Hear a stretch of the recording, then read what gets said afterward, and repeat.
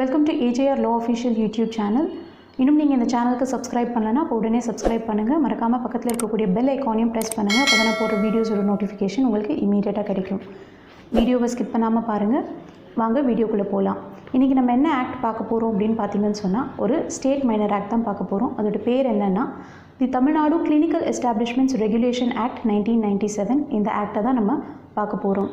ஏற்கனவே நான் இன்னொரு வீடியோவில் இன்றைக்கி பார்க்க போகிற இந்த ஆக்டுடைய பேரண்ட் ஆக்டை நான் போட்டிருக்கேன்.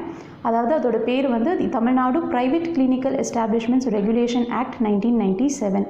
அந்த ஆக்ட் நான் எதுக்கு தனியாக வீடியோ போட்டிருக்கேன் அப்படின்னு பார்த்தீங்கன்னு சொன்னால் கம்பேரிட்டிவ் ஸ்டடி பண்ணுறதுக்காக தான் நான் போட்டிருக்கேன். அந்த ஆக்டையும் இந்த ஆக்டையும் ஒப்பிட்டு பாருங்கள். அப்போ தான் உங்களுக்கு டிஃப்ரென்ஸ் தெரியும்.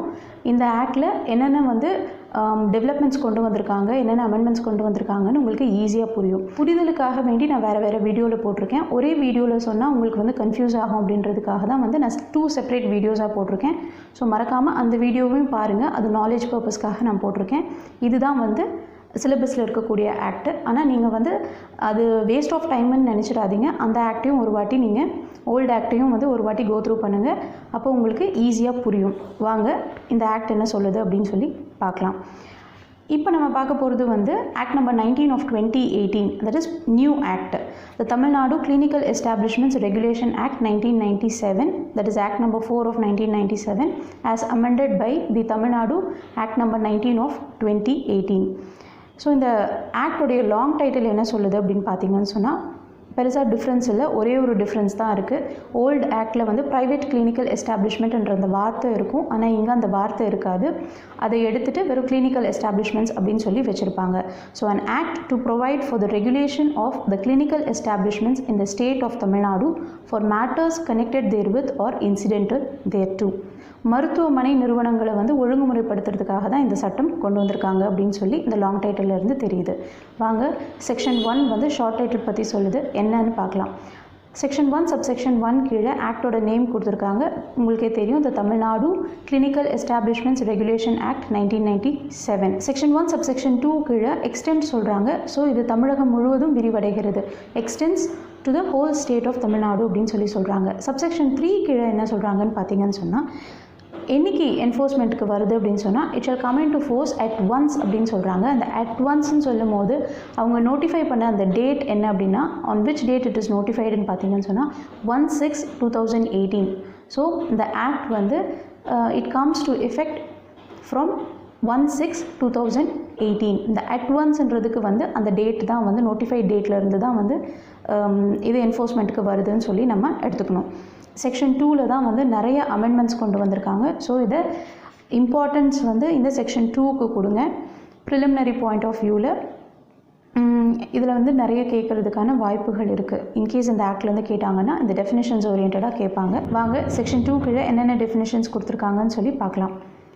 ஓல்டு ஆக்டில் பார்த்தீங்கன்னா கிளினிக்கல் எஸ்டாப்ளிஷ்மெண்ட், அதாவது ப்ரைவேட் கிளினிக்கல் எஸ்டாப்ளிஷ்மெண்ட்ன்றது செக்ஷன் 2 clause Cயில் டிஃபைன் பண்ணியிருப்பாங்க. ஆனால் இந்த நியூ ஆக்டில் பார்த்தீங்கன்னு சொன்னால் செக்ஷன் 2 clause A அதில் தான் கிளினிக்கல் எஸ்டாப்ளிஷ்மெண்ட்ன்ற அந்த வார்த்தையை டிஃபைன் பண்ணியிருக்காங்க. என்ன சொல்கிறாங்க அப்படின்னா it means a clinical establishment under any recognized system of medicine and includes அப்படின்னு சொல்லி நிறைய சப்க்ளாசஸ் கொடுத்துருக்காங்க. அது கீழே இதெல்லாம் கிளினிக்கல் எஸ்டாப்ளிஷ்மெண்ட் அப்படின்னு சொல்லி சொல்கிறாங்க. இப்போது clinical establishment under any recognised system of medicine அப்படின்னு சொன்னால் இந்த ரெக்கக்னைஸ்டு சிஸ்டம் ஆஃப் மெடிசன்ன்றது அரசால் அங்கீகரிக்கப்பட்ட மருத்துவ முறை, அதன் கீழ் இயங்கக்கூடிய அந்த மருத்துவ நிறுவனங்கள் எல்லாமே கிளினிக்கல் எஸ்டாப்ளிஷ்மெண்ட் அப்படின்னு தான் இங்கே சொல்கிறாங்க. ஸோ வாங்க எதெல்லாம் கிளினிக்கல் எஸ்டாப்ளிஷ்மெண்ட் சொல்கிறாங்கன்னு பார்க்கலாம். சப்க்ளாஸ் 1ல் என்ன சொல்கிறாங்க, a general hospital including dental hospitals, maternity hospital, dispensary, consulting room, clinic, polyclinic or nursing home அப்படின்னு சொல்கிறாங்க. ஓல்டு ஆக்டில் உங்களுக்கு 3 தான் கொடுத்துருப்பாங்க. சப்க்ளாஸ் 1ல் general hospital, maternity hospital, dispensary இது 3 கொடுத்துருப்பாங்க. ஆனால் இங்கே டென்டல் ஹாஸ்பிட்டல் பல் மருத்துவமனையை கூடுதலாக சேர்த்துருக்காங்க. கன்சல்டிங் ரூம், அப்புறம் கிளினிக், பாலிகிளினிக், நர்சிங் ஹோம் என்ற இந்த எக்ஸ்பிரஷன்ஸ்லாம் புதுசாக வந்து இன்கார்பரேட் பண்ணியிருக்காங்க. ஸோ இதெல்லாம் வந்து கிளினிக்கல் எஸ்டாப்ளிஷ்மெண்ட்ஸ் அப்படின்னு சொல்கிறாங்க. சப்க்ளாஸ் 2ல் என்ன சொல்கிறாங்க அப்படின்னு பார்த்தீங்கன்னா, பழைய ஆக்டில் இருக்கிற மாதிரியே தான் இங்கேயும் இருக்குது, பெருசாக எந்த சேஞ்சும் இல்லை. an institution or a center by whatever name called where physically or mentally sick, injured or infirm person is admitted either as an inpatient or an outpatient for the treatment with or without the aid of operative procedures. அப்போது ஒரு இன்ஸ்டிடியூஷனோ இல்லை ஒரு சென்டரோ நீங்கள் எந்த பேர் வச்சு வேணாலும் அழைச்சிக்கலாம். ஆனால் அங்கே உடல் நலம் குறைவானவர்கள் அல்லது மனநலம் குறைவான அந்த நபர்கள் வந்து அங்கே அட்மிட் பண்ணி அங்கே அனுமதிக்கப்பட்டு ஐதர் இன்பேஷண்ட்டாவோ இல்லை அவுட் பேஷண்ட்டாவோ அங்கே ட்ரீட்மெண்ட் எடுத்துகிட்டு இருக்காங்க with the help of operative procedures. அதாவது அறுவை சிகிச்சை உதவியின் மூலமாக அங்கே சிகிச்சை பெற்றாலும் சரி, இல்லை அறுவை சிகிச்சை உதவி இல்லாமல் அங்கே சிகிச்சை பெற்றாலும் சரி, அத்தகைய சிகிச்சையை தரக்கூடிய அந்த இன்ஸ்டிடியூஷன் ஆர் சென்டர் வந்து ஒரு கிளினிக்கல் எஸ்டாப்ளிஷ்மெண்ட் அப்படின்னு சொல்லி இந்த சப்க்ளாஸ் 2 கீழே சொல்கிறாங்க. சப்க்ளாஸ் 3ல் என்ன சொல்கிறாங்க அப்படின்னு பார்த்தீங்கன்னா, a clinic catering to a radiological, biological or other diagnostic or investigative services with the aid of a laboratory or other medical equipments established and administered or maintained by any person or body of persons, whether incorporated or not, or the state government or the central government or any department of the state government or central government, or a trust whether public or private, or a company whether or not owned by the government or local authority but does not include the clinical establishments controlled or managed by the armed forces ன்னு சொல்கிறாங்க. Old ஆக்டில் என்ன சொல்லியிருப்போம் பார்த்தீங்கன்னா, laboratories அந்த medical equipments எல்லாம் வந்து வச்சு ஃபர்னிஷ் பண்ணி இருக்கக்கூடிய ஒரு மருத்துவமனையை வந்து கவர்மெண்ட் நடத்தாமல் தனியார் நடத்துனாங்கன்னா அது வந்து ப்ரைவேட் கிளினிக்கல் எஸ்டாப்ளிஷ்மெண்ட் அப்படின்னு சொல்லியிருப்போம். ஆனால் இந்த புது ஆக்டில் என்ன சொல்கிறாங்க அப்படின்னு சொன்னால், கவர்மெண்ட் மேனேஜ் பண்ணாலும் சரி, இல்லை வேறு யாராவது ஒரு தனிநபர் வந்து இல்லை ஒரு கம்பெனியோ இல்லை ஒரு ட்ரஸ்ட்டோ யார் மேனேஜ் பண்ணாலும் சரி, அது கவர்மெண்ட்டுடைய இல்லை லோக்கல் அத்தாரிட்டியோ சென்ட்ரல் கவர்மெண்ட்டோ இல்லை ஸ்டேட் கவர்மெண்ட்டோ லோக்கல் அத்தாரிட்டியோ யாருடைய கண்ட்ரோலில் வந்து அது அந்த மருத்துவமனை நடத்தப்பட்டாலும் சரி, அது வந்து ஒரு கிளினிக்கல் எஸ்டாப்ளிஷ்மெண்ட் அப்படின்னு சொல்கிறாங்க. இங்கே அந்த பாகுபாடெல்லாம் கிடையாது. கவர்மெண்ட் நடத்தினா அது கிளினிக்கல் எஸ்டாப்ளிஷ்மெண்ட் கிடையாதுன்னு சொல்ல முடியாது. ஒரு தனிநபர் நடத்தினாலும் சரி, கவர்மெண்ட் அதோட சொந்தமாக நடத்தினாலும் சரி, இந்த லேபரேட்டரி இந்த ஆய்வுக்கூடங்கள் அந்த மெடிக்கல் எக்யூப்மெண்ட்ஸ் எல்லாம் வச்சு டயக்னாஸ்டிக் சர்வீசஸ்லாம் கொடுக்கக்கூடிய இன்வெஸ்டிகேட்டிவ் சர்வீசஸ்லாம் அவங்க பண்ணக்கூடிய அத்தகைய மருத்துவமனை வந்து ஒரு கிளினிக்கல் எஸ்டாப்ளிஷ்மெண்ட் தான் அப்படின்னு இங்கே சொல்கிறாங்க. இதில் பாகுபாடு கிடையாது. கவர்மெண்ட் ஹாஸ்பிட்டலாக இருந்தாலும் சரி, வேறு தனியார் இதுவாக இருந்தாலும் சரி, ரெண்டுமே வந்து பொதுவாக கிளினிக்கல் எஸ்டாப்ளிஷ்மெண்ட் அப்படின்னு தான் சொல்கிறாங்க. ஆனால் ஆர்ம்டு ஃபோர்ஸஸ் அவங்க கண்ட்ரோல் கீழே இருக்கக்கூடிய அந்த எஸ்டாப்ளிஷ்மெண்ட் கிளினிக்கல் எஸ்டாப்ளிஷ்மெண்ட் வந்து கிளினிக்கல் எஸ்டாப்ளிஷ்மெண்ட்டாக ஆகாது அப்படின்னு இந்த சப்க்ளாஸ் 3 கீழே சொல்கிறாங்க. இந்த எக்ஸ்ப்ளனேஷனில் ஆர்ம்டு ஃபோர்ஸஸ்னால் என்ன அப்படின்னு சொல்கிறாங்கன்னு பார்த்தீங்கன்னா, ஆர்மி ஆக்ட் 1950 கீழேயும், ஏர்ஃபோர்ஸ் ஆக்ட் 1950 கீழேயும், நேவி ஆக்ட் 1957 கீழேயும் கான்ஸ்டிடியூட் பண்ணப்பட்டு இருக்கக்கூடிய அந்த ஃபோர்ஸஸை தான் வந்து ஆர்ம்டு ஃபோர்ஸஸ்ன்னு சொல்கிறாங்க. வாங்க அடுத்த டெஃபினிஷன் எதை பற்றி சொல்லுது அப்படின்னு பார்க்கலாம். காம்பீட்டன்ட் அத்தாரிட்டினா யார் அப்படின்னு சொல்லுது. Section 2 clause AA small A 2 வாட்டி வரும். So section 2 clause AA competent authority பற்றி சொல்லுது. It means any authority, officer or person appointed by the government by notification to perform the functions of competent authority under this act, and different competent authority may be appointed for different areas. டெஃபினேஷனில் உங்களுக்கு எந்த சேஞ்சும் இல்லை. ஆனால் அதை வந்து எந்த class கீழன்றது தான் வந்து இந்த கிளாஸை தான் வந்து ரீலெட்டர் பண்ணியிருக்காங்க. அதாவது பழைய ஓல்டு ஆக்டில் 2 clause Aல வந்து காம்பீட்டன்ட் அத்தாரிட்டி டிஃபைன் பண்ணியிருப்பாங்க. இந்த நியூ ஆக்டில் it is relettered as 2 clause AA small A 2 வாட்டி வரும். அது கீழே சொல்லியிருக்காங்க. ஸோ கவர்மெண்ட்டால் நியமிக்கப்படக்கூடிய அந்த ஒரு அத்தாரிட்டியோ ஒரு ஆஃபீஸரோ இல்லை ஒரு பர்சனோ who is supposed to perform the functions of a competent authority under this act, அவங்க எல்லாருமே competent authorityன்னு சொல்கிறாங்க. for different areasக்கு different competent authorities நியமிக்கலாம் அப்படின்னு இந்த டெஃபினேஷனில் சொல்கிறாங்க. அடுத்த டெஃபினேஷன் வந்து டிஸ்ட்ரிக்ட் கமிட்டி. இது வந்து புதுசாக இன்க்ளூட் பண்ணியிருக்காங்க. இந்த டெஃபினேஷனை இன்சர்ட் பண்ணியிருக்காங்க. செக்ஷன் 2 AAA ஸ்மால் ஏ ஓகேங்களா. அது வந்து டிஸ்ட்ரிக்ட் கமிட்டினா என்னன்னு சொல்லுது. Means committee constituted under section 2D, that is capital D. Section 2 capital D கீழே ஒரு கமிட்டி கான்ஸ்டியூட் பண்ணுவாங்க. அந்த கமிட்டி தான் வந்து டிஸ்ட்ரிக்ட் கமிட்டி அப்படின்னு சொல்லி சொல்கிறாங்க. செக்ஷன் 2 clause Bயில் வந்து கவர்மெண்ட்னா யாருன்னு சொல்கிறாங்க. இதில் எந்த சேஞ்சும் இல்லை. ஓல்டு ஆக்டில் எப்படி இருக்கோ அதே மாதிரி தான். ஸ்டேட் கவர்மெண்ட் தான் கவர்மெண்ட் அப்படின்னு சொல்லி சொல்கிறாங்க. செக்ஷன் 2 clause C வந்து புதுசாக இன்க்ளூட் பண்ணியிருக்காங்க. ரெகக்னைஸ்டு சிஸ்டம் ஆஃப் மெடிசன் அப்படின்னா என்னன்னு சொல்லி சொல்கிறாங்க.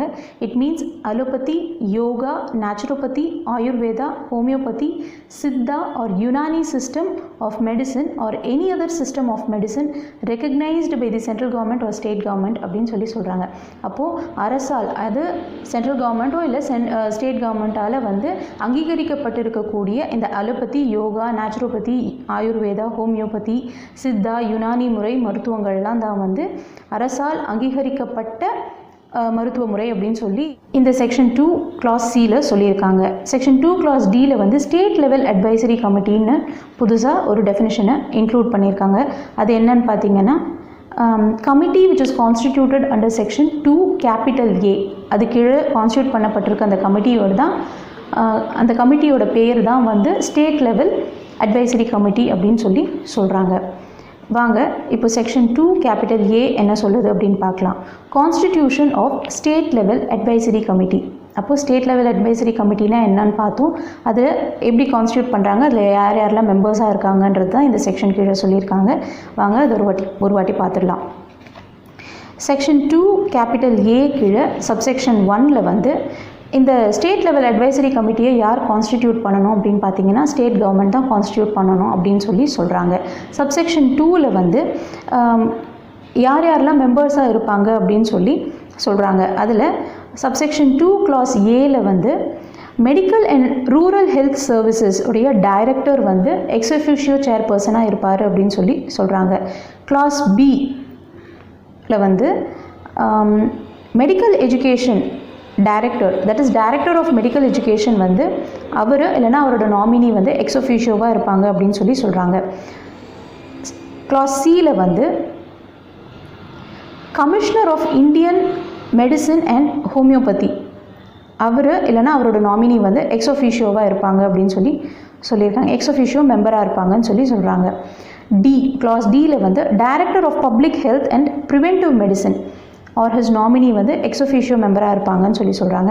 கீழே 1 member from Ayurveda, Yoga and Naturopathy, Unani, Siddha and Homeopathy system of medicine nominated by the respective state council in rotation for 1 year in the order of Ayurveda, Yoga and Naturopathy, Unani, Siddha and ஹோமியோபதின்னு சொல்கிறாங்க. So சுழற்சி முறையில் ஒரு வருட காலம் வந்து ஒரு member வந்து ஆயுர்வேதா, யோகா அண்ட் நேச்சுரோபதி அந்த ஆர்டரில் இந்த அவங்க ஸ்பெசிஃபை பண்ணியிருக்கக்கூடிய அந்த ஆர்டரில் ரொட்டேஷ்னல் பேசிஸில் சுழற்சி முறையில் வந்து ஒரு வருடத்துக்கு ஒரு மெம்பரை வந்து நியமிப்பாங்க அப்படின்னு சொல்லியிருக்காங்க. கீழே என்ன சொல்கிறாங்க அப்படின்னு பார்த்தீங்கன்னா, இந்தியன் மெடிக்கல் அசோசியேஷன்லேருந்து ஒரு மெம்பரை வந்து நாமினேட் பண்ணுவாங்க அப்படின்னு சொல்லி சொல்கிறாங்க. கீழே தமிழ்நாடு மெடிக்கல் கவுன்சிலிருந்து ஒரு மெம்பரை நாமினேட் பண்ணுவாங்க அப்படின்னு சொல்லி சொல்கிறாங்க. கீழே தமிழ்நாடு டென்டல் கவுன்சிலிருந்து ஒரு மெம்பரை நாமினேட் பண்ணுவாங்க அப்படின்னு சொல்லியிருக்காங்க. And Tamil Nadu nurse and midwives council வந்து ஒரு மெம்பராக நாமினேட் பண்ணுவாங்கன்னு clause Iயில் சொல்லியிருக்காங்க. இப்போ சப்செக்ஷன் 3ல் என்ன சொல்கிறாங்க அப்படின்னா, இந்த மேலே சொன்ன இந்த நாமினேட்டட் மெம்பர்ஸுக்கெல்லாம் டேர்ம் ஆஃப் ஆஃபீஸ் எவ்வளோ நாள் அப்படின்னு பார்த்தீங்கன்னு சொன்னால் 3 years வரைக்கும் அவங்களுக்கு they shall hold the period of office and அவங்க வந்து they are eligible for renomination for another term of 3 years. Subsection 3ல் என்ன சொல்லுதுன்னு பார்த்தீங்கன்னா, the nominated members shall hold office for a period of 3 years but shall be eligible for renomination for another term of 3 years ன்னு சொல்கிறாங்க. அப்போது எத்தனை வருடத்துக்கு அவங்களுக்கு டேர்ம் ஆஃப் ஆஃபீஸ் இருக்குதுன்னு பார்த்தீங்கன்னா 3 yearsக்கு அந்த நாமினேட்டட் மெம்பர்ஸ்க்கு 3 years வரைக்கும் அவங்க ஆஃபீஸில் அந்த பதவியை ஹோல்ட் பண்ணலாம். ரீநாமினேஷனுக்கு அவங்க எலிஜிபிளான்னு பார்த்தீங்கன்னு சொன்னால் எஸ் எலிஜிபிள். மீண்டும் ஒரு முறை ஃபார் அ டேர்ம் ஆஃப் 3 yearsக்கு அவங்கள ரீநாமினேட் பண்ண முடியும் அப்படின்னு சொல்கிறாங்க. செக்ஷன் 2 கேபிட்டல் B கீழே meetings of state level advisory committee அதை பற்றி சொல்கிறாங்க. சப்செக்ஷன் 1ல் என்ன சொல்ல வராங்க அப்படின்னு பார்த்தீங்கன்னா, at least once in a year, வருடத்துக்கு ஒரு முறையாவது இந்த ஸ்டேட் லெவல் அட்வைசரி கமிட்டி வந்து அவங்களுடைய மீட்டிங்கை அவங்க வந்து கண்டக்ட் பண்ணணும். at such time and in such place as may be prescribed. So வருடத்திற்கு ஒரு முறை அவங்க கட்டாயம். இதில் டிஃப்ரென்ஸ் இருக்குது.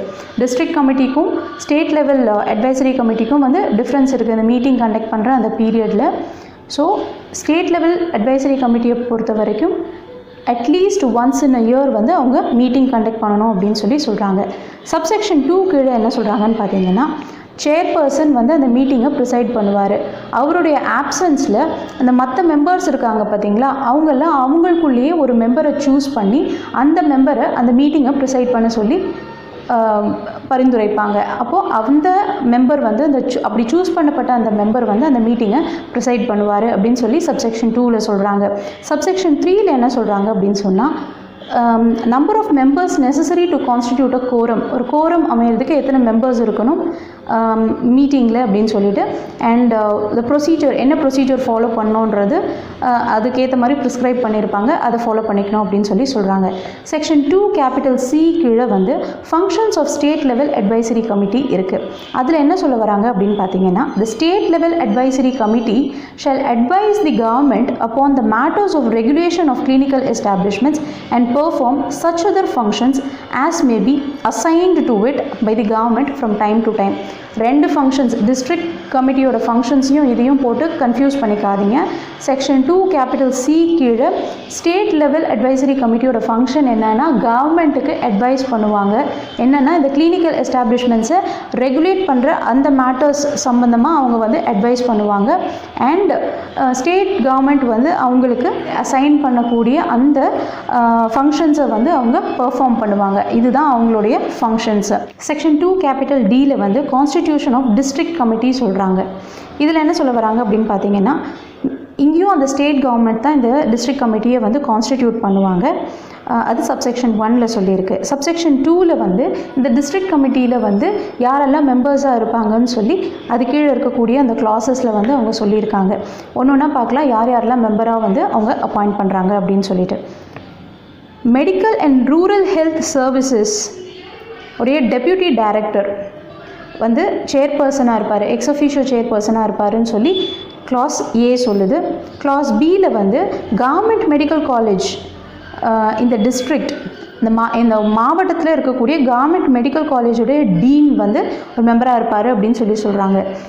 கிளாஸ் சி கீழே வந்து district Siddha medical officer or அவருடைய நாமினி. டி கீழே 1 member nominated by the Tamil Nadu medical council. So Tamil Nadu medical கவுன்சிலேருந்து ஒரு மெம்பரை நாமினேட் பண்ணுவாங்க. இ கிளாஸ் இ கீழே இந்தியன் மெடிக்கல் அசோசியேஷன்லேருந்து ஒரு மெம்பரை நாமினேட் பண்ணுவாங்க. எஃப் கீழே வந்து இந்த Ayurveda, yoga, naturopathy, Unani, Siddha and homeopathy system of மெடிசன்லேருந்து ஒரு மெம்பரை வந்து நாமினேட் பண்ணுவாங்க. அந்த ரெஸ்பெக்டிவ் ஸ்டேட் கவுன்சில் அவங்க வந்து ஒரு மெம்பரை நாமினேட் பண்ணுவாங்க. என்னென்னா ரொட்டேஷனல் பேசிஸில் ஃபார் 1 இயருக்கு வந்து ஒரு மெம்பர்ன்ற விதம். எந்த ஆர்டர்லன்னு பார்த்தீங்கன்னா Ayurveda, yoga and naturopathy, Unani, Siddha and homeopathy அந்த ஆர்டரில் வந்து தேல் பி ரொட்டேஷனல் பேசிஸில் ஒரு மெம்பரை வந்து வருடத்துக்கு ஒரு முறை வந்து நியமிப்பாங்க. கிளாஸ் ஜியில் பார்த்தீங்கன்னு சொன்னால் Tamil Nadu nurses and midwives council அதிலிருந்து வந்து ஒரு மெம்பரை வந்து நாமினேட் பண்ணுவாங்க. சப்செக்ஷன் 3 கீழே என்ன சொல்லியிருக்காங்கன்னா டேர்ம் ஆஃப் ஆஃபீஸ் தான். இந்த மெம்பர்ஸ்க்கெல்லாம் வந்து டேர்ம் ஆஃப் ஆஃபீஸ் வந்து எவ்வளோ நாள் ஹோல்ட் பண்ணுவாங்கன்னு பார்த்தீங்கன்னா 3 இயர்ஸுக்கு. And they're eligible for renomination. மீண்டும் ஒரு முறை நியமனம் பண்ணுறதுக்கு அவங்க தகுதி வாய்ந்தவங்களாக இருக்காங்க, எலிஜிபிள்னு சொல்கிறாங்க. மீண்டும் எத்தனை வருடங்களுக்குன்னு பார்த்தீங்கன்னா again for a term of 3 இயர்ஸ்க்கு அவங்க எலிஜிபிள் அப்படின்னு சொல்கிறாங்க. செக்ஷன் 2 கேபிட்டல் இ கீழே வந்து மீட்டிங்ஸ் ஆஃப் டிஸ்ட்ரிக்ட் கமிட்டி வந்து சொல்கிறாங்க. இதில் என்ன சொல்ல வராங்க அப்படின்னு பார்த்தீங்கன்னா, ஸ்டேட் லெவல் அட்வைசரி கமிட்டிக்கும் இதுக்குமே வந்து டிஃப்ரென்ஸ் இருக்குது.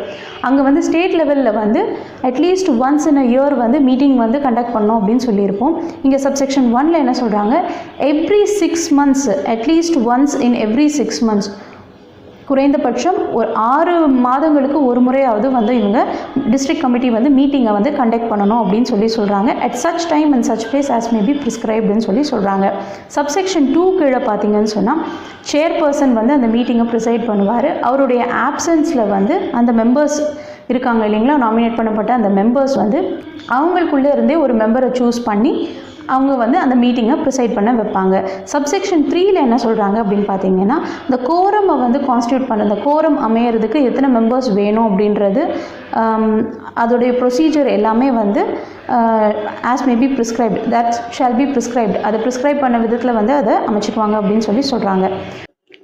செக்ஷன் 2F வந்து ஃபங்க்ஷன்ஸ் ஆஃப் டிஸ்ட்ரிக்ட் கமிட்டி பற்றி சொல்லுது. இதில் என்ன சொல்லுதுன்னு பார்த்தீங்கன்னா, district committee shall aid and advise the competent authority of the district in the matters of registration of clinical establishments and perform such other duties connected therewith or incidental thereto அப்படின்னு சொல்லி சொல்கிறாங்க. State level advisory கமிட்டியில் வந்து என்ன பண்ணுவாங்க, கவர்மெண்ட்டுக்கு அவங்க advice பண்ணுவாங்க. இங்கே டிஸ்ட்ரிக்ட் கமிட்டி என்ன பண்ணுவாங்கன்னு பார்த்தீங்கன்னா, காம்பிட்டன்ட் அத்தாரிட்டிக்கு வந்து அவங்களுடைய அட்வைஸை கொடுப்பாங்க. எந்த மேட்டர்ஸ் ரிலேட்டடாக பார்த்தீங்கன்னு சொன்னால், ரெஜிஸ்ட்ரேஷன் ஆஃப் கிளினிக்கல் எஸ்டாப்ளிஷ்மெண்ட்ஸ், அந்த மேட்டர்ஸ் ரிலேட்டடாக வந்து அவங்களுடைய ஹெல்ப்பையும் அட்வைஸையும் கொடுப்பாங்க. அண்ட் வேறு ஏதாவது டியூட்டிஸ் வந்து பெர்ஃபார்ம் பண்ணுறதுக்கும் அந்த காம்பிட்டன்ட் அத்தாரிட்டிக்கு வந்து எய்ட் அண்ட் அட்வைஸை கொடுப்பாங்க. இது வந்து செக்ஷன் 2F. செக்ஷன் 3 என்ன சொல்லுது பார்த்தீங்கன்னு சொன்னால், ரெஜிஸ்ட்ரேஷன் ஆஃப் கிளினிக்கல் எஸ்டாப்ளிஷ்மெண்ட்ஸ். வாங்க சப்செக்ஷன் 1 என்ன சொல்லுதுன்னு பார்க்கலாம். இந்த ஆக்டோட ப்ரொவிஷன்ஸில் என்ன சொல்லியிருக்காங்க அப்படின்னு பார்த்தீங்கன்னு சொன்னால், எந்த ஒரு நபருமே வந்து கிளினிக்கல் எஸ்டாப்ளிஷ்மெண்ட்டை முறைப்படி ரெஜிஸ்டர் பண்ணாமல் அதை நடத்தக்கூடாது அப்படின்னு சொல்லி இந்த சட்டத்தில் சொல்லியிருக்காங்க. இதில் ஒரு ப்ரொவிசோ இருக்குது. என்ன சொல்லுது அப்படின்னு பார்த்தீங்கன்னு சொன்னால், every clinical establishment in existence on the date of commencement of Tamil Nadu private clinical establishments regulation amendment act 2018 herein after referred to as the notified date, that is 1/6/2018. அந்த டேட்டில் ஆல்ரெடி எக்ஸிஸ்டன்ஸில் இருக்க கிளினிக்கல் எஸ்டாப்ளிஷ்மெண்ட்டுக்கு என்ன பண்ணணும் அப்படின்னு பார்த்தீங்கன்னா, from the date of notification, அந்த notified டேட்லேருந்து 9 monthsக்குள்ளே அவங்க வந்து ரெஜிஸ்ட்ரேஷனுக்கு அப்ளை பண்ணணும் அப்படின்னு சொல்லி சொல்கிறாங்க. வெரஸ் ஒரு கிளினிக்கல் எஸ்டாப்ளிஷ்மெண்ட் அந்த நோட்டிஃபைட் டேட்டுக்கு அப்புறமா எஸ்டாப்ளிஷ் பண்ணுறாங்க அப்படின்னு சொன்னால், அப்போ அவங்க என்ன பண்ணுவாங்க அப்படின்னு பார்த்தீங்கன்னு சொன்னால், அந்த எஸ்டாப்ளிஷ்மெண்ட்டை எஸ்டாப்ளிஷ் பண்ண டேட்லேருந்து 6 months பீரியட்குள்ளே அவங்க வந்து ரெஜிஸ்ட்ரேஷனுக்கு அப்ளை பண்ணணும் அப்படின்னு சொல்லி சொல்கிறாங்க. இதில் இன்னொரு ப்ரொவிசோ இருக்குது, ப்ரொவிசோ 2 இருக்குது. அது என்ன சொல்லுது அப்படின்னு பார்த்தீங்கன்னு சொன்னால், every clinical establishment in existence on the notified date shall cease to carry on its business on the expiry of 12 months from the notified date unless such clinical establishment has applied for registration and is so registered or till such application is disposed of, whichever is earlier. அப்போது இந்த subsection 1ல் இருக்கக்கூடிய proviso 2ல் வந்து என்ன சொல்கிறாங்க அப்படின்னு பார்த்தீங்கன்னு சொன்னால், நோட்டிஃபைட் டேட்லேருந்து 12 months எக்ஸ்பைரி ஆனதுக்கு அப்படியும் ஏற்கனவே எக்ஸிஸ்டன்ஸில் இருக்கக்கூடிய அந்த கிளினிக்கல் எஸ்டாப்ளிஷ்மெண்ட்டை வந்து ரெஜிஸ்டர் பண்ணாத வரைக்கும் அவங்களுடைய பிஸ்னஸை சீஸ் பண்ணணும் அப்படின்னு சொல்லி சொல்கிறாங்க. சப்செக்ஷன் 2க்கு என்ன சொல்கிறாங்க அப்படின்னு பார்த்தீங்கன்னு சொன்னால், இந்த அப்ளிகேஷன் யார்கிட்ட கொடுக்கணும் அப்படின்னு சொல்லி சொல்கிறாங்க. இது வந்து ஆல்ரெடி ஓல்டு ஆக்டில் சொல்லியிருக்க மாதிரியே தான் சொல்கிறாங்க. காம்பிட்டன்ட் அத்தாரிட்டி கிட்ட தான் அப்ளை பண்ணணும். அதுக்கு எவ்வளோ ஃபீஸ் அப்படின்னு பார்த்தீங்கன்னா 5,000க்கு எக்ஸீட் பண்ணாமல் இருக்கணும் அப்படின்னு சொல்லி சொல்கிறாங்க. 2019ல் வந்து ஒரு அமெண்ட்மெண்ட் கொண்டு வராங்க. The Tamil Nadu clinical establishments regulation amendment act 2019. இந்த ஆக்ட் மூலமாக வந்து அமெண்ட்மெண்ட் கொண்டு வராங்க. எந்த செக்ஷனுக்குன்னு பார்த்தீங்கன்னா செக்ஷன் 3க்கு வந்து அமெண்ட்மெண்ட் கொண்டு வராங்க. செக்ஷன் 3 சப்செக்ஷன் 1ல் ஃபர்ஸ்ட் ப்ரொவிசோவில் என்ன சொல்கிறாங்க அப்படின்னு பார்த்தீங்கன்னு சொன்னால், நோட்டிஃபைட் டேட், அதாவது 2018 ஆக்டில் இருக்கக்கூடிய அந்த நோட்டிஃபைட் டேட்டான 1/6/2018க்கு முன்னாடியே எக்ஸிஸ்டன்ஸில் இருக்கக்கூடிய அந்த கிளினிக்கல் எஸ்டாப்ளிஷ்மெண்ட்ஸை வந்து நோட்டிஃபைட் டேட்லேருந்து வித்தின் 9 monthsக்குள்ளே வந்து ரெஜிஸ்ட்ரேஷனுக்கு அப்ளை பண்ணணும் அப்படின்னு சொல்லி அதில் சொல்லியிருப்பாங்க. அது இந்த 2019 அமெண்ட்மெண்ட் ஆக்ட் மூலமாக என்ன பண்ணுறாங்க, அந்த 9 monthsை வந்து 15 monthsஆக வந்து இன்க்ரீஸ் பண்ணுறாங்க. ஸோ 15 monthsக்குள்ளே நீங்கள் வந்து ரெஜிஸ்டர் பண்ணிக்கணும் அப்படின்னு சொல்லி சொல்கிறாங்க. இது ஃபர்ஸ்ட் ப்ரொவிசோவில் இருக்கக்கூடிய அமெண்ட்மெண்ட். செகண்ட் ப்ரொவிசோவில் என்ன பண்ணுறாங்க அப்படின்னு பார்த்தீங்கன்னு சொன்னால், ஆல்ரெடி நோட்டிஃபைட் டேட்டுக்கு முன்னாடி இருக்கக்கூடிய எக்ஸிஸ்டன்ஸில் இருக்கக்கூடிய அந்த கிளினிக்கல் எஸ்டாப்ளிஷ்மெண்ட்ஸ் 12 months வந்து எக்ஸ்பைரி ஆனதுக்கப்புறம் they shall cease to run the பிஸ்னஸ்ன்னு சொல்லியிருப்பாங்க. அது இந்த 12 months இங்கே வந்து 18 monthsஆக வந்து இன்க்ரீஸ் பண்ணியிருக்காங்க. இது one of the amendment proviso 2 கீழே. சப்செக்ஷன் 2 செக்ஷன் 3 சப்செக்ஷன் 2 கீழே என்ன சொல்கிறாங்க அப்படின்னு பார்த்தீங்கன்னு சொன்னால் ஒரு ப்ரொவிசோவை ஆட் பண்ணியிருக்காங்க. provided that no fee shall be collected from clinical establishments established and administered or maintained by the state government or central government or any departments of the state government or central government or a company owned or controlled by the state government or central government or a local authority. Government run பண்ணக்கூடிய அந்த clinical எஸ்டாப்ளிஷ்மெண்ட்ஸுக்கு அந்த registration ஃபீஸ்ன்றது கிடையாதுன்னு சொல்லி ஒரு ப்ரொவிசோவை புதுசாக include பண்ணுறாங்க. இதுதான் வந்து இந்த Tamil Nadu clinical establishments regulation amendment act 2019 மூலமாக கொண்டு வந்திருக்கக்கூடிய அமெண்ட்மெண்ட். இந்த 2019 அமெண்ட்மெண்ட் ஆக்ட் வந்து என்னைக்கு என்ஃபோர்ஸ்மெண்ட்டுக்கு வருதுன்னு பார்த்தீங்கன்னா 31st May 2019 என்ஃபோர்ஸ்மெண்ட்டுக்கு வர்றதா சொல்கிறேன். சப்செக்ஷன் 3 என்ன சொல்கிறாங்க அப்படின்னு பார்த்தீங்கன்னா இதில் இந்த ப்ரைவேட் கிளினிக்கல் எஸ்டாப்ளிஷ்மெண்ட்ன்றதுல அந்த ப்ரைவேட்டை எடுத்துட்டு வெறும் கிளினிக்கல் எஸ்டாப்ளிஷ்மெண்ட்னு நியூ ஆக்ட்ல இந்த சப்செக்ஷன் கீழே வச்சிருப்பாங்க. இப்போ அப்ளிகேஷன் போட்டால் உடனே வந்து ஒரு கிராண்ட் கொடுத்துருவாரா அப்படின்னு சொன்னால் கிடையாது. அவர் வந்து he has to satisfy himself. என்ன அப்படின்னு பார்த்தீங்கன்னு சொன்னால் எந்த கிளினிக்கல் எஸ்டாப்ளிஷ்மெண்ட் வந்து ரெஜிஸ்ட்ரேஷனுக்கு அப்ளை பண்ணியிருக்காங்களோ அந்த கிளினிக்கல் எஸ்டாப்ளிஷ்மெண்ட் சிறந்த மருத்துவ சேவையை வந்து அவங்களால கொடுக்கறதுக்கு அந்த பொசிஷன்ல இருக்காங்களா, மெடிக்கல் எக்யூப்மெண்ட்ஸ் வந்து அவங்க கிட்ட இருக்கா, அதை ப்ரொவைட் பண்ற அந்த பொசிஷன்ல அவங்க இருக்காங்களா அப்படின்னு பார்ப்பாங்க. ஸ்பெஷலைஸ்டு சர்வீசஸை ப்ரொவைட் பண்ணக்கூடிய இடத்துல அவங்க இருக்காங்க, அந்த பொசிஷன்ல அவங்க இருக்காங்களான்னு பார்ப்பாங்க. எல்லா ஃபெசிலிட்டிஸுமே வந்து சச்சஸ் ஸ்கில்டு மேன் பவர், அவங்க கிட்ட அந்த திறமை வாய்ந்த அந்த மேன் பவர் இருக்கா அப்படின்றத பார்ப்பாங்க. ஆட்கள் இருக்காங்களா அதை வந்து திறம்பட செய்யறதுக்கு அப்படின்னு சொல்லிட்டு அதெல்லாம் இருந்து அவர் சாட்டிஸ்ஃபை ஆனதான் வந்து அந்த அப்ளிகேஷன் வந்து த்ரூ பண்ணி ரெஜிஸ்டர் பண்ணுவார். செக்ஷன் 4 என்ன சொல்லியிருக்குன்னு பார்க்கலாம். சர்டிஃபிகேட் ஆஃப் ரெஜிஸ்ட்ரேஷன் பற்றி தான் சொல்கிறாங்க. இதுவும் ஓல்டு ஆக்டில் எப்படி இருந்ததோ ஆஸ் இட் இஸ் அப்படியே தான் கொடுத்துருக்காங்க. சப்செக்ஷன் 1 கீழே என்ன சொல்கிறாங்க அப்படின்னு பார்த்தீங்கன்னா காம்பிடென்ட் அத்தாரிட்டி ஒரு அப்ளிகேஷன் ஃபைல் பண்ணாங்கன்னா அது மேலே ஒரு என்கொயரி பண்ணி அதுக்கப்புறம் வந்து ஒரு சாட்டிஸ்ஃபை ஆகணும். அதாவது அந்த அப்ளிகண்ட் வந்து எல்லா ரெக்குவயர்மெண்ட்ஸையும் வந்து கம்ப்ளை பண்ணியிருக்காரு அப்படின்ற அந்த சாட்டிஸ்ஃபேக்ஷனுக்கு அவர் வந்ததுக்கப்புறம் அவர் வந்து அந்த சர்டிஃபிகேட் ஆஃப் ரெஜிஸ்ட்ரேஷனை கிராண்ட் பண்ணுவார் அப்படின்னு சொல்லி சப்செக்ஷன் 1ல சொல்கிறாங்க.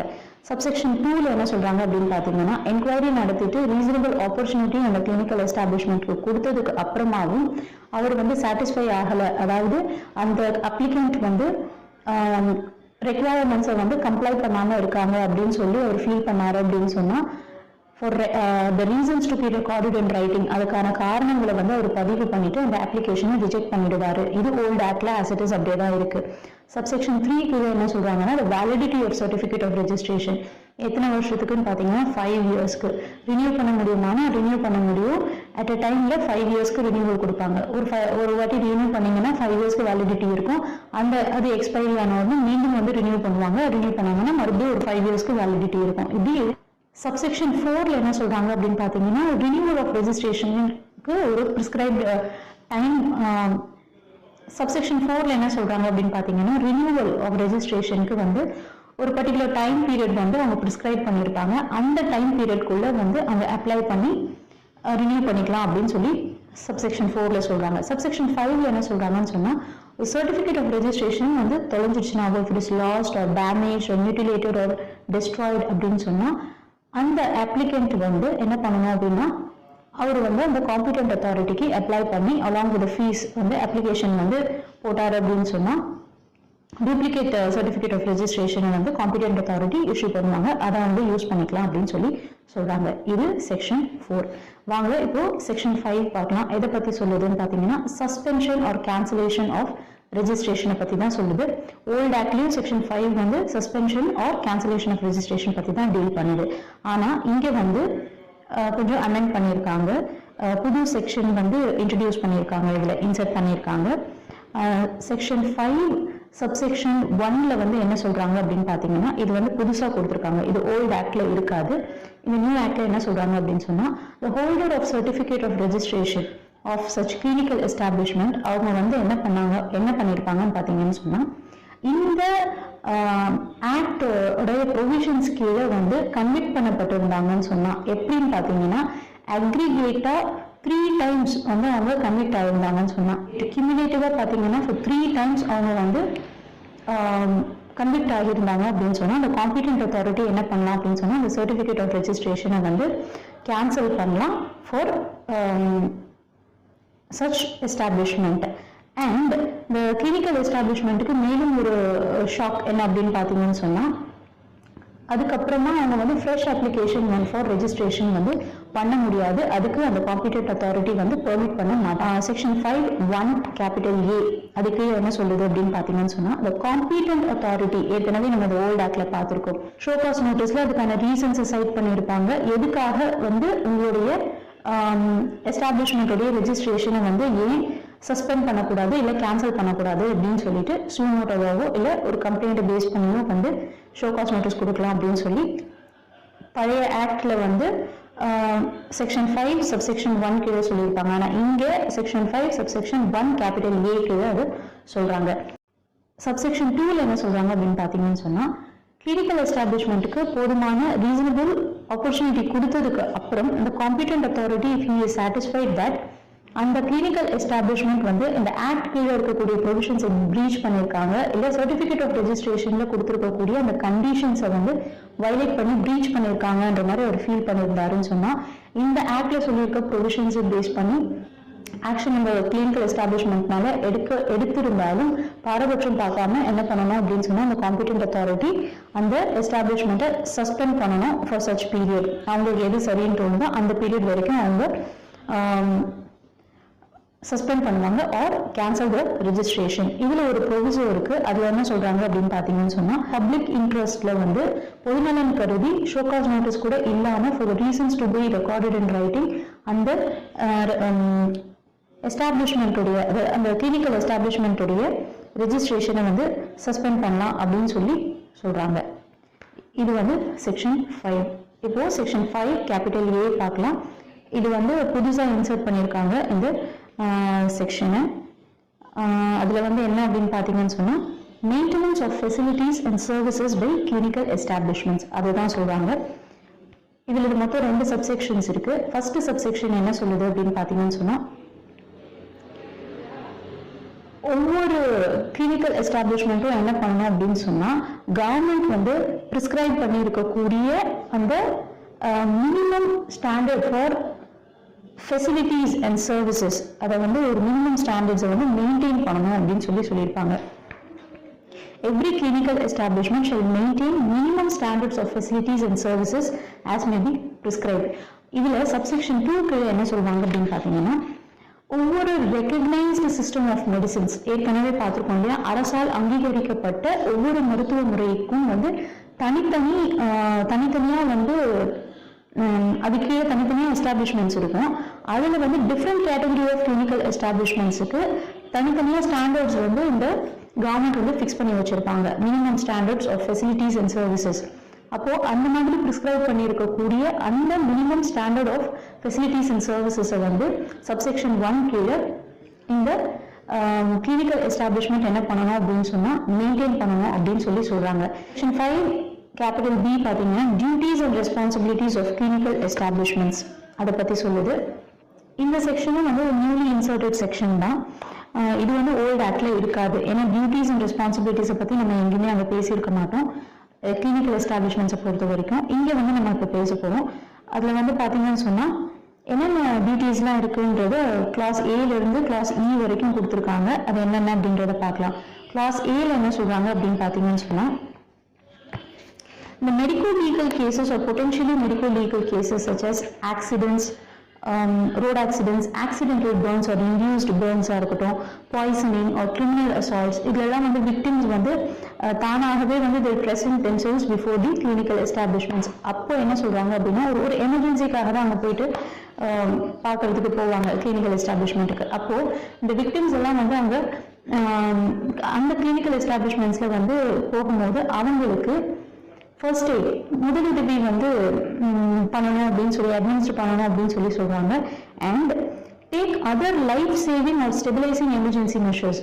அப்போ அவங்க உயிரை காக்கிறதுக்குரிய அந்த எமர்ஜென்சி சேவைகள் என்னென்ன இருக்கோ அதெல்லாம் வந்து அவங்க உயிரை ஸ்டெபிலைஸ் பண்றதுக்காக அதை வந்து ரொம்ப எமர்ஜென்சியான சுச்சுவேஷன்ல அவங்கள ஸ்டேபிளா வச்சுக்கிறதுக்காக, அவங்க வைட்டல்ஸை ஸ்டேபிளா வச்சுக்கிறதுக்காக நம்ம வந்து ஃபர்ஸ்ட் எய்ட் கொடுப்போம் இல்லைங்களா, அந்த மாதிரியான அந்த எமர்ஜென்சி சர்வீசஸை வந்து ப்ரொவைட் பண்ணணும் அப்படின்னு சொல்றாங்க. கிளாஸ் B பார்த்தீங்க அப்படின்னு சொன்னா, இந்த கவர்மெண்ட் வந்து national health programmes and state health programmes அப்படின்னு சொல்லி நிறைய வந்து ப்ரிஸ்கிரைப் பண்ணுவாங்க. ஃப்ரம் டைம் டு டைம் அவங்க வந்து அந்த ப்ரோக்ராம்ஸ் வந்து போடும்போது அதை இம்ப்ளிமெண்ட் பண்ணுற விதமாக என்ன பண்ணணும் அப்படின்னு சொன்னால் இந்த கிளினிக்கல் எஸ்டாப்ளிஷ்மெண்ட்ஸ்லாம் அந்த ஹெல்த் ப்ரோக்ராம்ஸில் வந்து பார்ட்டிசிபேட் பண்ணணும் அப்படின்னு சொல்கிறாங்க. So they have to participate in implementation of all national and state health programmes in such manner as the government may specify from time to time அப்படின்னு சொல்கிறாங்க. அது மட்டும் இல்லாமல் ஃபர்தராக அந்த பீரியாடிக்கல் ரிப்போர்ட்ஸை வந்து அதுக்கான கன்சர்ன் அத்தாரிட்டிஸ்க்கு இவங்க வந்து ஃபர்னிஷ் பண்ணணும் அப்படின்னு சொல்லியும் சொல்கிறாங்க. கிளாஸ் சியில் என்ன சொல்கிறாங்க அப்படின்னு பார்த்தீங்கன்னு சொன்னால் ஒவ்வொரு சிஸ்டம் ஆஃப் மெடிசன் நம்ம ஏற்கனவே ரெகக்னைஸ்டு சிஸ்டம் ஆஃப் மெடிசன் சொன்னாங்க. அலோபதி, நேச்சுரோபதி, ஆயுர்வேதா, சித்தா, யுனானி அப்படின்லாம் சொன்னாங்க இல்லைங்களா, ஹோமியோபதி அப்படின்னு சொல்லிட்டு அதில் வந்து ஒவ்வொரு சிஸ்டம் ஆஃப் மெடிசனுக்கும் வந்து ஒரு ஃபார்ம் ப்ரிஸ்கிரைப் பண்ணியிருப்பாங்க. அந்த ஃபார்மில் மெடிக்கல் ரெக்கார்ட்ஸை வந்து மெயின்டைன் பண்ணணும் அப்படின்னு சொல்லி அது ஒரு டியூட்டி அண்ட் ரெஸ்பான்சிபிலிட்டியாக வந்து சொல்லியிருக்காங்க. கிளாஸ் டியில் பார்த்தீங்கன்னு சொன்னால் கம்யூனிகபிள் டிசீசஸை ப்ரிவெண்ட் பண்ணுறதுக்கு என்னென்ன நெசசரி ஆக்ஷன்ஸ் எடுக்கணுமோ அதெல்லாம் கேரி அவுட் பண்ணணும்னு சொல்லியிருக்காங்க. நான் கம்யூனிகபிள் டிசீசஸை கண்ட்ரோல் பண்ணுறதுக்கு என்னென்ன ஆக்ஷன் எடுக்கணுமோ கவர்மெண்ட் ப்ரிஸ்கிரைப் பண்ணுறாங்களோ அதை வந்து கவர்மெண்ட் என்ன வந்து டைரக்ட் பண்ணுறாங்களோ அதை வந்து இவங்க செய்யணும் அப்படின்னு சொல்கிறாங்க. கிளாஸ் இயில் வேற ஏதாவது duties and responsibilities government time to time prescribe பண்ணாங்கன்னா அதெல்லாம் வந்து இவங்க கடைபிடிக்கணும் அப்படின்னு சொல்கிறாங்க. இது வந்து section 5 capital B duties and responsibilities of clinical establishments. இது ஓல்டு ஆக்ட்ல கிடையாது, இங்கே தான் இருக்கு. செக்ஷன் 5 கேபிட்டல் C கீழே annual publication of list of clinical establishments சொல்கிறாங்க. இதில் என்ன சொல்கிறாங்கன்னா இந்த காம்பிடென்ட் அத்தாரிட்டி என்ன பண்ணுவார் அப்படின்னு சொன்னால் நம்ம கோர்ட்ஸ்லாம் வந்து சிவில் கோர்ட்ஸில் சூட்ஸை வந்து ஃபைல் பண்ணும்போது ரெஜிஸ்டர் ஆகும்போது அதுக்கு ரெஜிஸ்டர் ஆஃப் சிவில் சூட்ஸ் வச்சுருப்பாங்க இல்லைங்களா, அந்த நம்பர் என்ட்ரி பண்ணுறதுக்கு. அதே மாதிரி இவங்களும் அந்த ரெஜிஸ்டர்டான கிளினிக்கல் எஸ்டாப்ளிஷ்மெண்ட்ஸ் பற்றின டீட்டெயில்ஸ் வந்து மெயின்டைன் பண்ணுறதுக்காக ரெஜிஸ்டர் ஆஃப் கிளினிக்கல் எஸ்டாப்ளிஷ்மெண்ட்ஸ் அப்படின்னு சொல்லி வச்சுருப்பாங்க. அதுக்கப்புறம் இந்த list of registered clinical establishments உடைய அந்த டீட்டெயில்ஸை வந்து என்ன பண்ணுவாங்க, எவ்ரி இயர் ஜனவரி மந்த்ல வந்து தமிழ்நாடு கெசட்ல வந்து கவர்மெண்ட் கெசட்ல வந்து பப்ளிஷ் பண்ணுவாங்க அந்த டீட்டெயில்ஸை. இதுவும் வரவேற்கத்தக்க ஒரு செக்ஷன். ஏன் அப்படின்னு சொன்னா போலியான மருத்துவமனை எது, நியாயமா எல்லா ஃபெசிலிட்டிஸோட பதிவு செய்யப்பட்ட சட்டத்துக்கு உட்பட்டு நடக்கக்கூடிய மருத்துவமனை எதுன்ட்டு நம்மளால அடையாளம் காண்றதுக்கு இந்த செக்ஷன் ஒரு நல்ல ஒரு வழிவகுப்புதுன்னு சொல்லலாம். இப்போ செக்ஷன் 6 கீழே என்ன சொல்றாங்க அப்படின்னு பார்த்தீங்கன்னு சொன்னா என்கொயரி ஆஃப் இன்ஸ்பெக்ஷன், இதுதான் வந்து செக்ஷன் 6 கீழே சொல்றாங்க. இதுல எந்த சேஞ்சஸுமே இல்லை. ஓல்ட் ஆக்ட்ல என்ன இருக்கோ அதே தான் இங்கேயும் இருக்கு. அதுல என்ன சொல்றாங்க அப்படின்னு பார்த்தா குயிக்கா நான் வந்து I'll go through. Section 6 subsection 1ல என்ன சொல்றாங்க அப்படின்னா காம்பிடென்ட் அத்தாரிட்டிக்கு வந்து ரைட் இருக்கு அந்த கிளினிக்கல் எஸ்டாப்ளிஷ்மெண்ட்டை வந்து இன்ஸ்பெக்ட் பண்றதுக்கு ரைட் இருக்கு, என்கொயரி பண்றதுக்கு ரைட் இருக்குன்னு சொல்றாங்க. அதோட பில்டிங், அதோட எக்யூப்மெண்ட்ஸ், அங்க இருக்கக்கூடிய அந்த ஒர்க்மேன்ஷிப், அந்த ஸ்கில்டு பர்சன்ஸ், லேபரட்டரிஸ், அங்க என்ன ஒர்க் பண்றாங்க, இது எல்லாத்தையுமே இது சம்பந்தமா எல்லாத்தையுமே வந்து இன்ஸ்பெக்ட் பண்றதுக்கு என்கொயரி பண்றதுக்கு அவங்களுக்கு வந்து ரைட் இருக்கு அப்படின்னு சொல்றாங்க. அது வந்து சப்செக்ஷன் 1 கீழே. சப்செக்ஷன் 2 கீழே என்ன சொல்றாங்க அப்படின்னு பார்த்தீங்கன்னு சொன்னா இப்படி கண்டக்ட் பண்ணப்பட்ட அந்த என்கொயரி ஆர் இன்ஸ்பெக்ஷனுடைய ரிசல்ட்டை வந்து அந்த கிளினிக்கல் எஸ்டாப்ளிஷ்மெண்ட்டுக்கு கம்யூனிகேட் பண்ணணும் அந்த காம்பிடென்ட் அத்தாரிட்டி. கம்யூனிகேட் பண்ணிட்டு அவங்களோட ஒப்பீனியனை வாங்கினதுக்கு அப்புறம் அவங்க அட்வைஸ் பண்ணுவாங்க அந்த எஸ்டாப்ளிஷ்மெண்ட்டுக்கு என்னென்ன ஆக்ஷன் எடுக்கணும் எடுக்கக்கூடாது அப்படின்னு சொல்லி அவங்க அட்வைஸ் பண்ணுவாங்கன்னு சொல்லி சப்செக்ஷன் 2ல சொல்றாங்க. சப்செக்ஷன் 3ல வந்து இந்த காம்பிடென்ட் அத்தாரிட்டிக்கு வந்து ரிப்போர்ட்ஸ் வந்து சப்மிட் பண்ணுவாங்க. இந்த கிளினிக்கல் எஸ்டாப்ளிஷ்மெண்ட்ஸ் என்னென்ன நடவடிக்கை எடுத்தாங்க, அவங்க மேலே சொன்ன அட்வைஸ் படி அவங்க என்னென்ன நடவடிக்கை எல்லாம் எடுத்தாங்கன்னு சொல்லி அதை ஒட்டி ரிப்போர்ட் சப்மிட் பண்ணுவாங்க. அந்த ரிப்போர்ட்டை வந்து காம்பிடென்ட் அத்தாரிட்டி கிட்ட உரிய நேரத்தில் அதுக்குன்னு ஒரு டைம் பீரியட் வந்து ஃபிக்ஸ் பண்ணியிருப்பாங்க. அந்த டைம் பீரியட்குள்ளே வந்து அவங்க எடுத்துகிட்டு போய் அதை சப்மிட் பண்ணணும் அப்படின்னு சொல்லி இருக்கு. சப்செக்ஷன் 4ல பார்த்தீங்க அப்படின்னு சொன்னால் அட்வைஸாக சொன்ன அந்த ஆக்ஷன் எல்லாம் வந்து இந்த கிளினிக்கல் எஸ்டாப்ளிஷ்மெண்ட் எடுக்காத பட்சத்தில் அவங்க கிட்ட அதுக்கான எக்ஸ்பிளனேஷனும் கேட்டுட்டதுக்கு அப்புறமா இந்த காம்பிடென்ட் அத்தாரிட்டி என்ன பண்ணுவாங்க, டைரக்ட் பண்ணுவாங்க அவங்கள இந்த ஆக்ஷன் எல்லாம் நீங்கள் வந்து டெஃபினட்டாக எடுத்து ஆகணும் அப்படின்னு சொல்லி டைரக்ஷன்ஸ் இஷ்யூ பண்ணுவாங்க. அதை அந்த கிளினிக்கல் எஸ்டாப்ளிஷ்மெண்ட் வந்து கம்ப்ளை பண்ணணும் அப்படின்னு சொல்கிறாங்க. செக்ஷன் 7 எதை பற்றி சொல்லுதுன்னு பார்த்தீங்கன்னா அப்பீல்ஸ் பற்றி தான் சொல்லுது. இதுலேயும் எந்த சேஞ்சஸுமே கிடையாது. ஓல்ட் ஆக்டில் என்ன இருக்கோ ஆஸ் இட் இஸ் அப்படியே தான் இங்கே இருக்குது. செக்ஷன் 4 சப்செக்ஷன் 2 கீழே அப்ளிகேஷனை ரிஜெக்ட் பண்ணாங்கன்னு சொன்னால், அப்ளிகேஷன் ஃபார் ரெஜிஸ்ட்ரேஷனை ரிஜெக்ட் பண்ணாங்கன்னு சொன்னால் அதை எதிர்த்து அதில் அக்ரீட் ஆனாங்கன்னு சொன்னால் அதை எதிர்த்து அப்பீல் போகலாம். செக்ஷன் 5 சப்செக்ஷன் 2 கீழே வந்து சஸ்பென்ஷன் ஆர் கேன்சலேஷன் ஆர்டரை எதிர்த்து வந்து அப்பீல் போகலாம். செக்ஷன் 6 கீழே இஷ்யூ பண்ணியிருக்கக்கூடிய அந்த டைரக்ஷன்ஸை அதனால அக்ரீட் ஆயிருந்தாங்கன்னு சொன்னால் அதை எதிர்த்து அப்பீல் போகலாம். இந்த அப்பீலுக்கான லிமிடேஷன் பீரியட் என்னன்னு பார்த்தீங்கன்னு சொன்னால் within 30 days from the date of receipt of the order சொன்னால் அதுக்குன்னு அத்தாரிட்டியை அவங்க நியமிச்சிருப்பாங்க. அந்த அத்தாரிட்டி கிட்ட அவங்க அப்பீலை ப்ரிஃபர் பண்ணலாம் அப்படின்னு சொல்லியிருக்காங்க. அங்கே செக்ஷன் 8 வந்து பெனால்டிஸ் பற்றி பேசுது. அதில் சப்செக்ஷன் 1 என்ன சொல்லுதுன்னு பார்க்கலாம். whoever contravenes subsection 1 of section 3 section 3 subsection 1 அதாவது ரெஜிஸ்டர் பண்ணாமல் ஒரு கிளினிக்கல் எஸ்டாப்ளிஷ்மெண்ட்டை ரன் பண்ணாங்கன்னு சொன்னால் அவங்களுக்கு என்ன தண்டனைன்னு பார்த்தீங்கன்னு சொன்னால் ஃபைன் போடுவாங்க. 5,000க்கும் குறையாமல் 50,000 வரைக்கும் எக்ஸ்டெண்ட் ஆகக்கூடிய அந்த தண்டனை, அதான் அந்த ஃபைன் அமௌண்ட்டை வந்து இம்போஸ் பண்ணுவாங்க. இது சப்செக்ஷன் 1ல் சொல்லியிருக்காங்க. சப்செக்ஷன் 2ல் என்ன சொல்கிறாங்க அப்படின்னு சொன்னால், மேலே சொல்லியிருக்க இந்த 3 சப்செக்ஷன் 1 தவிர்த்து வேற எந்த ப்ரொவிஷன்ஸை வந்து கான்ட்ரிபியூட் பண்ணாலும் இல்லை வயலேட் பண்ணாலும் வந்து இந்த சர்டிஃபிகேட் ஆஃப் ரெஜிஸ்ட்ரேஷனை கொடுத்துருக்கக்கூடிய கண்டிஷன்ஸை ப்ரீச் பண்ணாலும் அவங்களுக்கு என்ன பனிஷ்மெண்ட் அப்படின்னு பார்த்தீங்கன்னா அதுக்கும் ஃபைன் தான் இம்போஸ் பண்ணுவாங்க. Shall not be less than 5,000 rupees but which may extend to 50,000 rupees அப்படின்னு சொல்கிறாங்க. இதில் ஒரு ப்ரொவிஸோ இருக்குது. அதில் என்ன சொல்கிறாங்கன்னா சப்செக்ஷன் 1 கீழேயும் சப்செக்ஷன் 2 கீழேயும் வந்து கோர்ட் வந்து அடிக்வேட் ரீசன்ஸ் இருக்குது அப்படின்னு சொல்லி நினச்சாங்கன்னு சொன்னால் ஜட்மெண்ட்டில் அதை ரெக்கார்ட் பண்ணிவிட்டு 5,000 rupeesக்கு குறைவாக வந்து அவங்க ஃபைனை இம்போஸ் பண்ணலாம் அப்படின்னு சொல்கிறாங்க. சப்செக்ஷன் 3ல என்ன சொல்கிறாங்க அப்படின்னு பார்த்தீங்கன்னா இது வந்து புதுசு, இது ஏற்கனவே கிடையாது.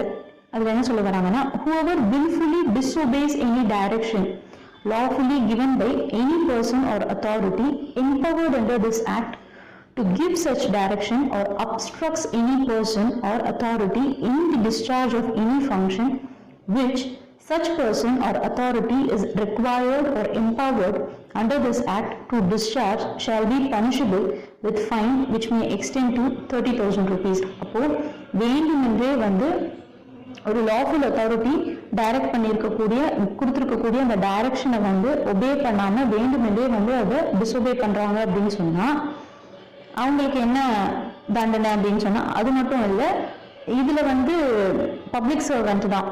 இதில் இருக்கக்கூடிய ஆஃபீஸர்ஸ் அத்தாரிட்டி வந்து எல்லாருமே பப்ளிக் சர்வெண்ட் தான். அவங்களுடைய அந்த ஃபங்க்ஷன்ஸை டிஸ்சார்ஜ் பண்ண விடாமல் அப்ஸ்ட்ரக்ட் பண்ணுறது தடுத்தாங்க அப்படின்னு சொன்னால் அதுக்கு என்ன பண்ணலாம் அப்படின்னு பார்த்தீங்கன்னா அதுக்கும் ஃபைன் அமௌண்ட் தான் வந்து இம்போஸ் பண்ணுறாங்க. Which may extend to 30,000 rupees 30,000 வரைக்கும் அவங்களுக்கு ஃபைன் போடலாம் அப்படின்னு சொல்கிறாங்க.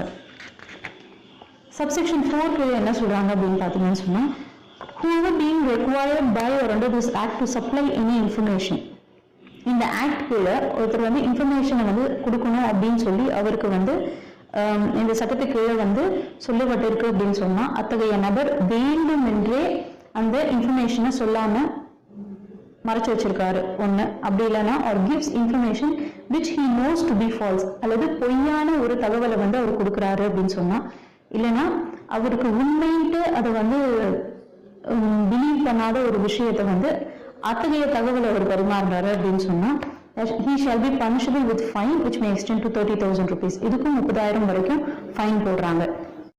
செக்ஷன் 9 வந்து offenses by companies தான் சொல்கிறாங்க. இதுலேயும் எந்த சேஞ்சஸும் கிடையாது, as it is. அப்போது ஒரு ஒஃபென்ஸை வந்து இந்த ஆக்ட் கீழே சொல்லியிருக்கக்கூடிய ஒஃபென்ஸை வந்து ஒரு கம்பெனி கமிட் பண்ணிச்சு அப்படின்னு சொன்னால் அந்த கம்பெனிக்கு ரெஸ்பான்சிபிளாக இருக்கக்கூடிய அந்த கம்பெனியோடைய பிஸ்னஸை கண்டக்ட் பண்ணுறதுல முக்கிய பொறுப்பு வகிக்கக்கூடிய அந்த நபரோடு சேர்த்து அந்த கம்பெனியும் வந்து shall be team to be guilty அப்படின்னு சொல்கிறாங்க. And shall be liable to be proceeded against and punished accordingly அப்படின்னு சொல்லியிருக்காங்க. இது ஓல்ட் ஆக்டில் நம்ம சொல்லியிருக்கோம். provided that nothing contained in this subsection shall render any such person liable to any punishment if he proves that the offence was committed without his knowledge or that he had exercised all due diligence to prevent the commission of such offence. அப்போது அவருடைய இதில் proviso என்ன சொல்கிறாங்க அப்படின்னு சொன்னால் அவருடைய knowledge இல்லாமல் அது நடந்துருச்சு, இல்லை அவர் வந்து எல்லா பிரயத்தனமும் பண்ணார் அந்த ஒஃபென்ஸை நடக்காமல் தடுக்கிறதுக்கு அவர் எல்லா விதமான முயற்சிகளும் எடுத்தார் அப்படின்ட்டு அவர் வந்து ப்ரூவ் பண்ணார் அப்படின்னு சொன்னால் அப்போது அவர் வந்து he shall not be deemed to be guilty அப்படின்னு சொல்கிறாங்க. சப்செக்ஷன் 2ல் என்ன சொல்கிறாங்கன்னு சொன்னால், சப்செக்ஷன் 1ல் எது எப்படி சொல்லியிருந்தாலும் ஒரு கம்பெனி இங்கே ஒரு ஒஃபென்ஸை வந்து கமிட் பண்ணியிருக்காங்க and it is prove that அவங்களுடைய கன்சென்ட்டோடு தான் வந்து அது நடந்திருக்கு, இல்லை அவங்களுடைய தரப்புலேருந்து அவங்களோட அந்த நெக்லெக்ட்னால, அவங்களுடைய அந்த கவனக்குறைவுனால வந்து அந்த அத்தகைய ஒஃபென்ஸ் வந்து கமிட் பண்ணப்பட்டிருக்கு அப்படின்னு சொன்னால், அந்த கம்பெனியோட any director, manager, secretary or other officer of the company என்ன பண்ணுவாங்க, such director, manager shall be deemed to be guilty அப்படின்னு சொல்கிறாங்க. அண்ட் அதுக்கேற்ற மாதிரி அவங்க பனிஷ்மெண்ட்டும் அவங்க கொடுப்பாங்க அப்படின்னு சொல்கிறாங்க. இந்த செக்ஷனுக்கு for the purpose of these section explanation கொடுத்துருக்காங்க. கம்பெனினா யாருன்னா ஒரு பாடி கார்ப்பரேட், அது ஃபர்மும் இன்க்ளூட் ஆகும், சொசைட்டி, அதர் அசோசியேஷன் ஆஃப் இண்டிவிஜுவல்ஸும் இன்க்ளூட் ஆகும் அப்படின்னு சொல்கிறாங்க. டைரக்டர் இன் ரிலேஷன் டு ஃபர்மாக இருந்தால் பார்ட்னர் அப்படின்னு சொல்கிறாங்க. சொசைட்டி ஆர் அதர் அசோசியேஷன்ஸாக இருந்ததுன்னு சொன்னால் யாராவது ஒரு பர்சன் கிட்ட அந்த சொசைட்டியோட ரூல்ஸ் படி அட்மினிஸ்ட்ரேஷனை வந்து மேனேஜ்மெண்ட் ஆஃப் அஃபேர்ஸை வந்து என்ட்ரஸ்ட் பண்ணியிருப்பாங்க. ஸோ அந்த நபர் வந்து டைரக்டர் அப்படின்னு சொல்கிறாங்க. செக்ஷன் 10 வந்து காக்னிசன்ஸ் ஆஃப் அஃபென்ஸ் பற்றி தான் சொல்லுது. இங்கே வந்து இந்த காம்பிட்டன்ட் அத்தாரிட்டி இல்லைனா வேறு ஏதாவது ஆஃபீஸர் வந்து கம்ப்ளைண்ட் அவங்க கொடுக்காம எந்த கோர்ட்டும் வந்து காக்னிசன்ஸ் எடுக்க முடியாது அப்படின்னு சொல்கிறாங்க இந்த ஆக்ட் கீழே. அப்போது வழக்கை வந்து ஃபைலுக்கு எடுத்துக்க மாட்டாங்க.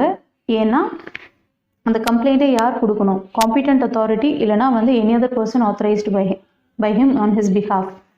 அப்படிப்பட்ட கம்ப்ளைண்ட் வந்து அந்த உரிய நபரிடமிருந்து வராமல் இருந்ததுன்னு சொன்னால் எந்த கோர்ட்டுமே வந்து காக்னிசன்ஸ் எடுக்காது அப்படின்னு அந்த செக்ஷன் 10ல் சொல்கிறாங்க. செக்ஷன் 11ல் என்ன சொல்கிறாங்க அப்படின்னு பார்த்தீங்கன்னு சொன்னால், if anything is done in good faith, அதில் வந்து no suit or proceeding shall lie அப்படின்னு சொல்கிறாங்க. இதுவும் as it is old actல எப்படி இருக்கோ அதே மாதிரி தான் இங்கே இருக்குது. சப்செக்ஷன் 1ல் என்ன சொல்கிறாங்க, ஒரு இண்டிவிஜுவல் பர்சன் பற்றி சொல்கிறாங்க.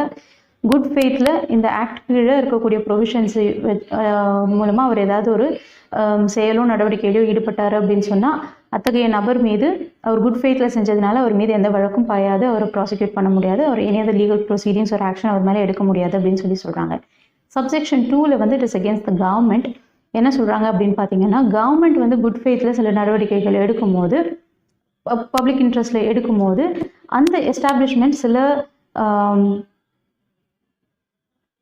இன்ஜுரிஸ் வந்து சஸ்டெயின் ஆகுறாங்க, டேமேஜஸ் வந்து சஸ்டெயின் பண்ணுறாங்க அப்படின்னு சொன்னால் அதுக்காக அந்த கவர்மெண்ட்க்கு அகேன்ஸ்டாக வந்து எந்தவித லீகல் ப்ரொசீடிங்ஸும் வந்து எடுக்க முடியாது, சூட்டோ இல்லை அதர் ப்ரொசீடிங்ஸோ எடுக்க முடியாது அப்படின்னு சொல்கிறாங்க.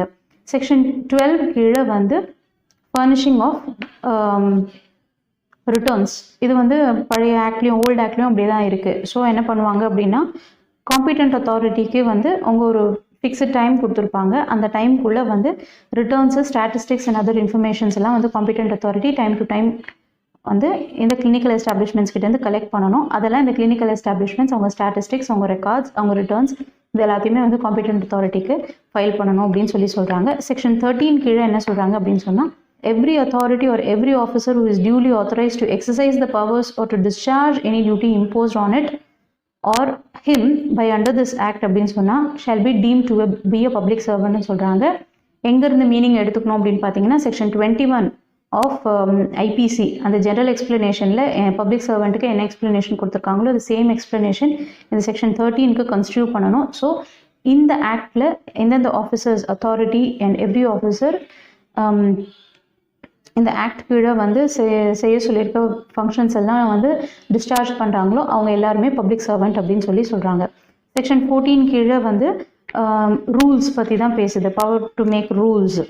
அதில் வந்து என்ன சொல்கிறாங்க அப்படின்னா, as it is every rule made பண்ணால் என்ன பண்ணணும், லெஜிஸ்லேட்டிவ் அசம்பிளியில் டேபிள் பண்ணணும் அப்படின்னு சொல்கிறாங்க. அண்ட் அதை மாடிஃபை பண்ணாங்க அப்படின்னு சொன்னால் அந்த மாடிஃபைட் ஃபார்மில் தான் அதை அக்செப்ட் பண்ணுவாங்க. அந்த மாடிஃபிகேஷன் பண்ணுறதுக்கு முன்னாடி வந்து ஏதாவது ஒரு ஆக்ஷன் அது மேலே எடுத்திருந்தாங்கன்னா அதுக்காக அதை வந்து செல்லுபடி ஆகாதுன்ட்டு அதோட வேலிடிட்டியை கொஸ்டின் பண்ண முடியாது அப்படின்னு சொல்கிறாங்க. செக்ஷன் 15 கீழே என்ன சொல்கிறாங்க அப்படின்னு பார்த்தீங்கன்னு சொன்னால், டிஃபிகல்ட்டிஸ் வந்து ரிமூவிங் ஆஃப் டிஃபிகல்ட்டிஸ். இப்போ இந்த ஆக்டை வந்து எஃபெக்ட் கொண்டு வரதுல ஏதாவது டிஃபிகல்ட்டிஸ் இருந்தது அப்படின்னு கவர்மெண்ட் ஃபீல் பண்ணாங்கன்னு சொன்னால் அவங்க வந்து அந்த டிஃபிகல்ட்டிஸை ரிமூவ் பண்ணுறதுக்கு என்னென்ன நடவடிக்கை எடுக்கலாமோ அது அத்தனையும் எடுப்பாங்க. இதில் ஒரு ப்ரொவிசோ இருக்குது, என்னன்னா, no order under this section shall be made after expiry for 2 years from the date of commencement of this act அப்படின்னு சொல்கிறாங்க. இதுதான் இந்த புது ஆக்ட். ஏற்கனவே நான் ஒரு போட்டிருக்க வீடியோவில் வந்து இந்த Tamil Nadu private clinical establishments regulation act 1997 வந்து இது ஒரு ஓல்டு ஆக்ட். உங்களுடைய ரெஃபரன்ஸ்க்காக நான் போட்டிருக்கேன், கம்பேரிட்டிவ் ஸ்டடிக்காக. ரெண்டுத்தையுமே பாருங்கள், ரெண்டுத்தையுமே படித்து பார்த்தீங்கன்னா தான் வந்து இது தெளிவாக புரியும். இந்த ஆக்டையும் படிங்க. ஸோ ரெண்டு வீடியோவுமே கம்பேரிட்டிவ் ஸ்டடி பண்ணுறதுக்கு யூஸ் பண்ணிக்கோங்க. ஏன்னா ஒருவேளை மெயின் ரிட்டன் எக்ஸாமினேஷனில் இந்த 2 ஆக்ட்டுக்கும் என்ன டிஃப்ரென்ஸ் இருக்குது, என்ன டெவலப்மெண்ட்ஸ் வந்திருக்கு அப்படின்னு பார்த்தீங்கன்னு சொன்னால் அதில் நீங்கள் எழுதுறதுக்கு வந்து இந்த 2 வீடியோவும் உங்களுக்கு ஹெல்ப்ஃபுல்லாக இருக்கும் அப்படின்னு நினைக்கிறேன். இந்த வீடியோ உங்களுக்கு பிடிச்சிருந்ததுன்னா லைக் பண்ணுங்கள், ஷேர் பண்ணுங்கள், கமெண்ட் பண்ணுங்கள், மறக்காமல் சப்ஸ்கிரைப் பண்ணுங்கள். இப்படியே பக்கத்தில் இருக்கக்கூடிய பெல் ஐக்கானையும் ப்ரெஸ் பண்ணுங்கள். அப்போ தான் நான் போடுற வீடியோஸோட நோட்டிஃபிகேஷன் உங்களுக்கு வரும். Support R channel.